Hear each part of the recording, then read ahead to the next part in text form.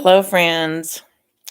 More reflections on the science of mind as a philosophy of faith, a way of life, reminding you to not believe anything I say. Most of you won't need that encouragement. Others to stay pondering or not, but a knowing of what is actual true for you and what is a potentiality that has not been tapped. So maybe a little crowbar action to open up the mind and heart to stay open at the top with what we're looking at here. This is from the chapter on what it does and pages 45 and 46. What it does, it contains all knowledge. It contains all knowledge, whatever you call the it. It is the potential, then, ultimate of all things. So then all things are possible. Are all things possible to me? Are all things actually possible to you? Just because it's all possible to it. What are the implications of this? What are the consequences of this? What are the potentialities of this? To it, all things are possible. To us, as much as is possible, as we can conceive, as we can match in universal law. So I don't think me wanting to be a giraffe makes me one.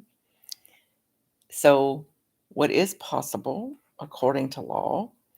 Should all the wisdom of the universe be poured over us? Should it be all the wisdom of the universe poured over us? We should yet receive only that which we're ready to understand.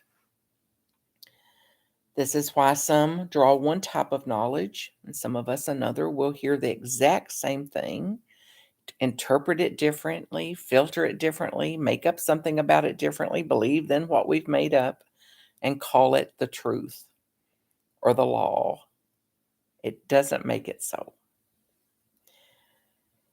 Life always becomes to us the particular thing we need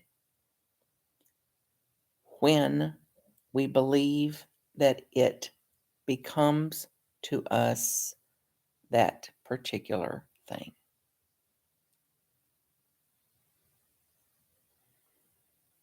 Is this where we get it is what it is? Does this mean that if I have a flat tire and I call it awful, I'm going to experience awfulness? And therefore, if I look upon a flat tire and simply call it what it is, a flat tire, versus calling it awful, that I would experience it differently.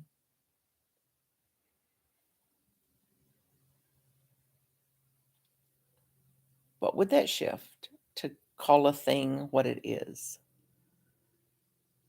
instead of judging it?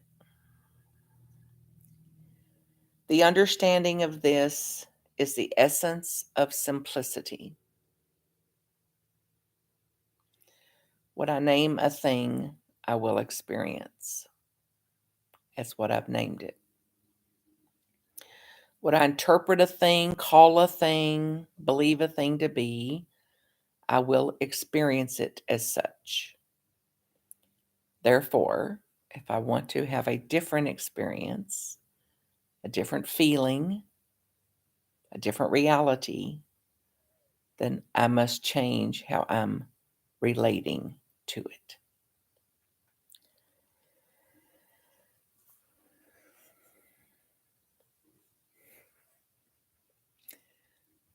Your turn.